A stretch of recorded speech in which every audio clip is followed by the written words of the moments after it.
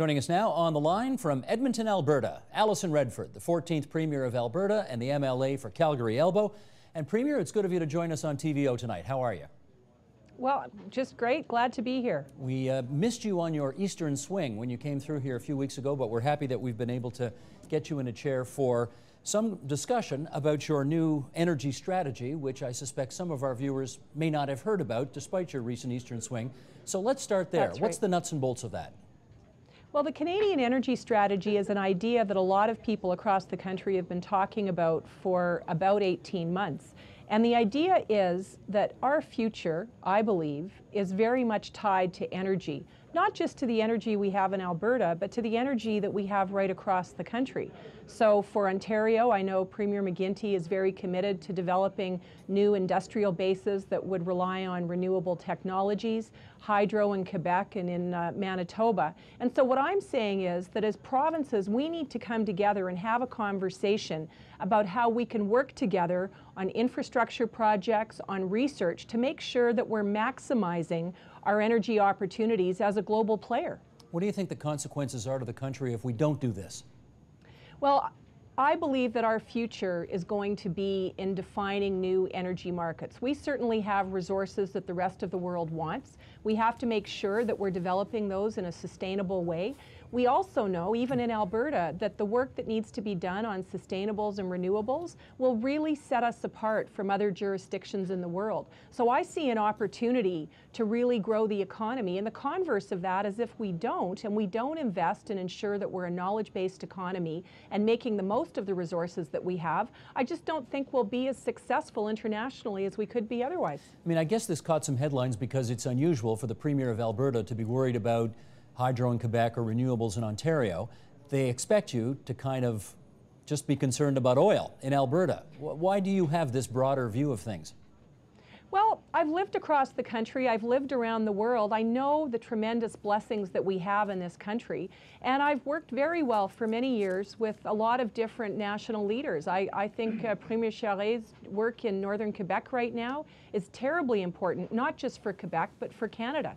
In the same way, I do believe that the oil sands is a tremendous asset, not just for Alberta, but for all of Canada. And I think it's a much more constructive approach to say, let's talk about how we can all benefit from all resources across the country, as opposed to each individual premier saying, well, I'm just going to take care of my own backyard, thank you very much, because I don't think that brings out the best in Canada. Okay. Premier, you know that half the people born in Ontario's capital city were not born in this country.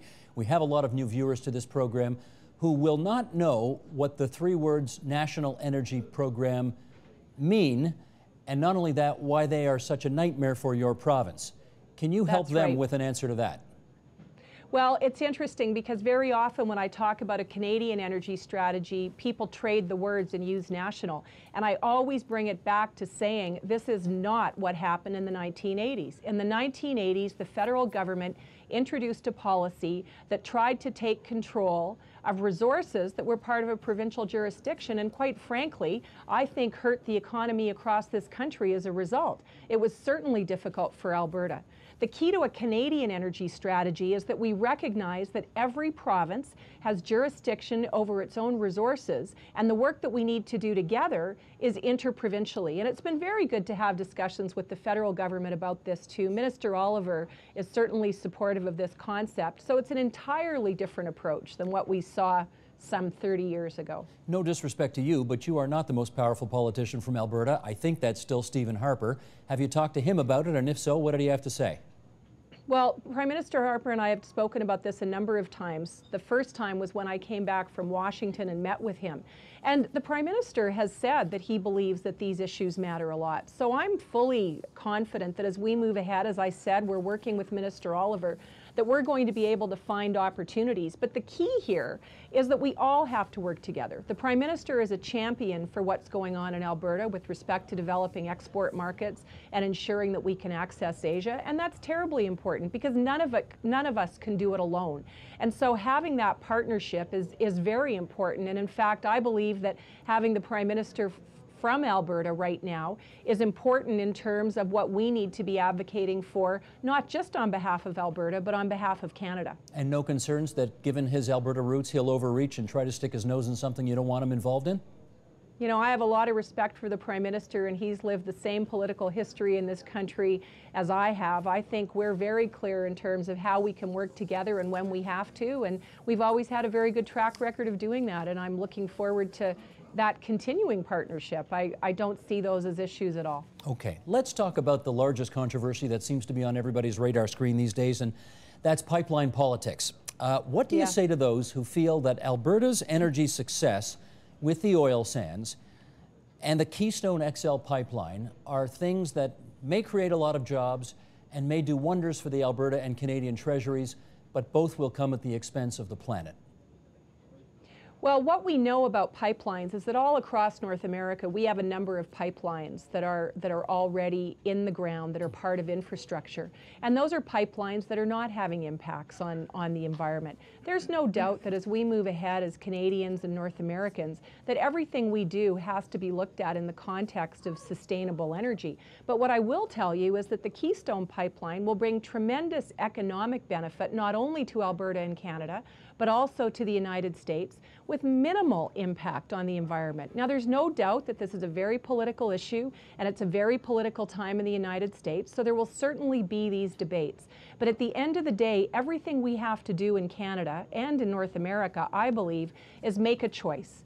And when we talk about what our resources are and how we're going to move ahead and develop our economy, we have to be realistic. You know, there are some people who are critical of these projects who, in their public agenda, talk about the fact that they want North America to not be dependent on oil within 2 years.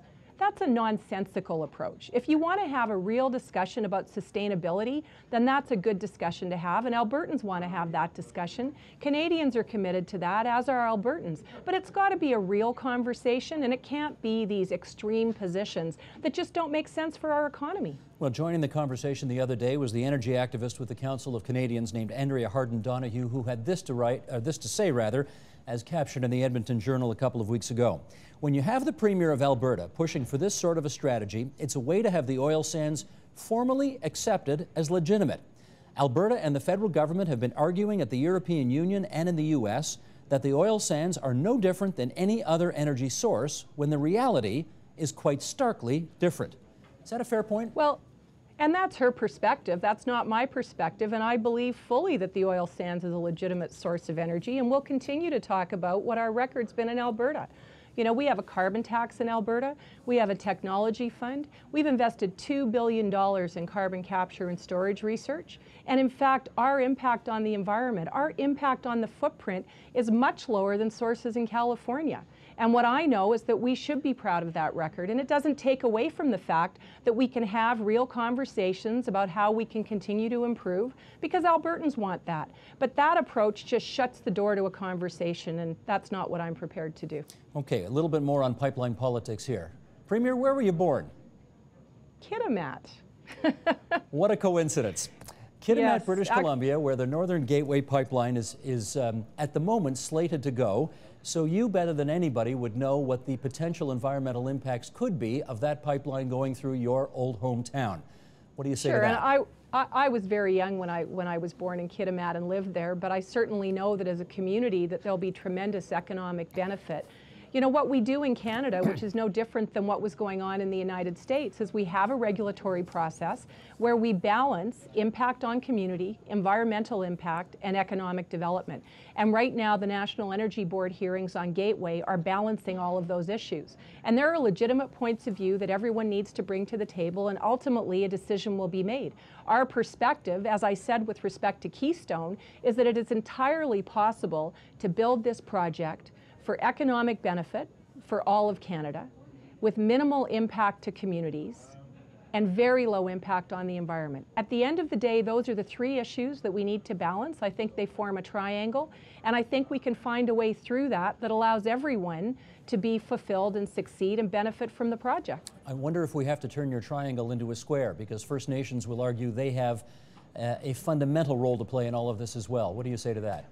Well, I've already talked about communities, and there's no doubt that when we talk about that a very significant piece of the community development option and what we need to look at is First Nations roles. And one of the things that I know from our own experience in Alberta is that the most appropriate way to deal with these issues is to find ways to meaningfully engage. So I would keep it as a triangle, and I would say that when we talk about communities, one of the communities that we certainly need to be dealing with is First Nations communities.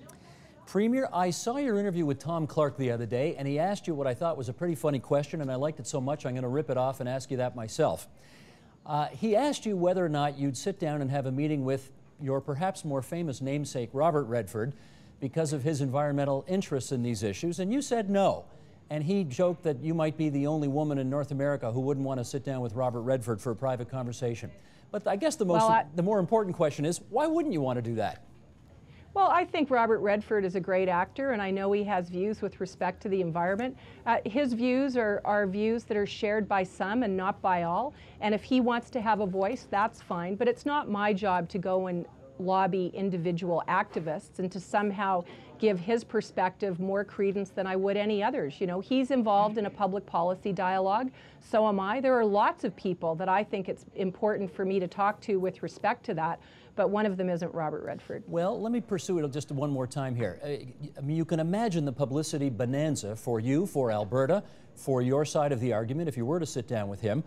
Do you not have members of your staff saying, Premier, you know what, this could be a real win for us if we did this? Well, I must tell you that while people are fascinated by the idea, this is certainly not something that we're talking about in my office. There are lots of people that are part of this process and involved in this debate, and there are some serious issues that we need to deal with, and we're very prepared as a government to talk to a lot of environmental advocates, a lot of academics, a lot of different people with respect to this, but there's no particular reason for me to sit down with Robert Redford, so I do not see it in my future. Okay, let me do one last thing with you here, and that is read a quote from David Suzuki, as was published in the Huffington Post a few days ago, when he wrote the following: "Should we send more of our raw bitumen to refineries in the U.S. or China via new pipelines? Keep in mind that the Keystone Pipeline is not for supplying the U.S. with oil, but to take the bitumen to Texas for refining and eventual export. Former Alberta Premier Peter Lougheed has sensibly argued that shipping all our bitumen to the U.S. or China for refining means sending jobs to those countries instead of keeping them here. Lougheed has also argued that we should behave like owners of the oil sands, that we need to slow down development, get our share of the wealth, and save some of the riches and resource for the future. I couldn't agree more," says Suzuki. "We Canadians have to remember that oil corporations, whether they're from China, the U.S., Canada, or wherever, are tenants on our land, not landlords. We should be calling the shots and deriving the benefits." Your comment on that? Well, be very clear that the job of the government of Alberta is to protect the public interest of Albertans. We know that the resources are ours, and we also know that every single time that we make a decision with respect to allowing companies to come in and extract those resources, that it has to make economic sense for Alberta and for Canada. We have a system in place that allows us to certainly benefit from those extractions. There is upgrading that's going on in Alberta. I'll tell you that at the end of the day, it has to be economic. If we decided to refine everything in Alberta, frankly, we'd still have a problem in shipping it to markets. So the question as to whether what's in the pipeline is refined or not is a bit of a red herring. The fact is that whether it's refined or not, we still need the pipelines because we're an exporting economy. Canada is generally, and Alberta certainly is. And in Alberta, we've pursued a very diverse approach. We have committed significant resources to doing a fair amount of work on bitumen upgrading, and we're also exporting. It's got to be a diverse economy. We can't have all of our eggs in one basket. It's not good for Alberta, and it's not good for Canada. Premier Redford, it's awfully good of you to join us on the line from Edmonton, Alberta. Thanks so much. Thanks for taking the time. Support Ontario's public television. Donate at tvo.org.